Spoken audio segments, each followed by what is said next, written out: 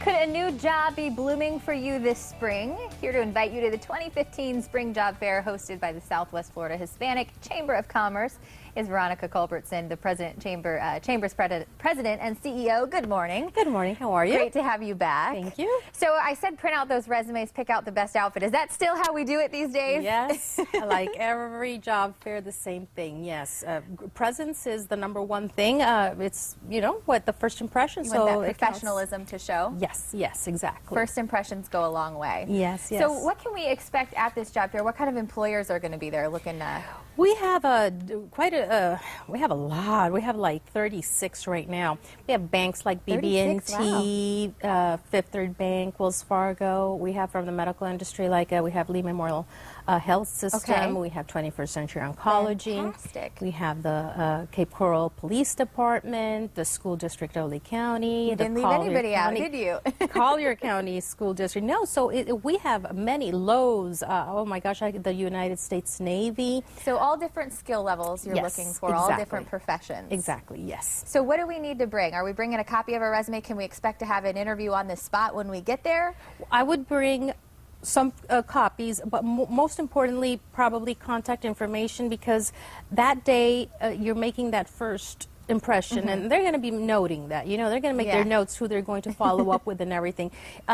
They might be able to fill out the applications there also. Sometimes they do, sometimes they don't. Right now what they're going to do is establish a connection, which is very important. Well, what really is the objective of a job fair, bringing all of these companies together in one place to find job seekers? Yes, it's, you know, it's kind of hard when you just to go on the internet and make phone calls and just contact a lot of positions. That's a full-time job. Yes. Finding a job is a full-time job. Exactly. I know. So this way it makes it a little bit easier.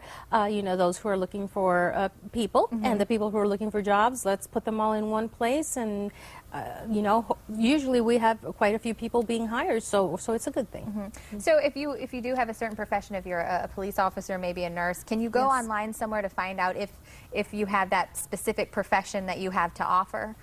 Yes, yes, you may. And for example, we also put those things in our email, so people who can call us, they can beforehand. They can also have an idea, yes, and they can get also the companies that are going to be there if they call us. So, so we kind of help them prepare. Well, how do you suggest people prepare? What's maybe one thing we talked about? You know, the first impression goes a long way, but what other advice do you have for them to prepare for the job Besides fair? Their presence, their attitude, which is very, very important. Yeah, I can imagine. That goes. Yes, they may be very professional, well-mannered, interested, you know, not just, oh, hi, hey. A little bit of excitement there. People want to see the excitement.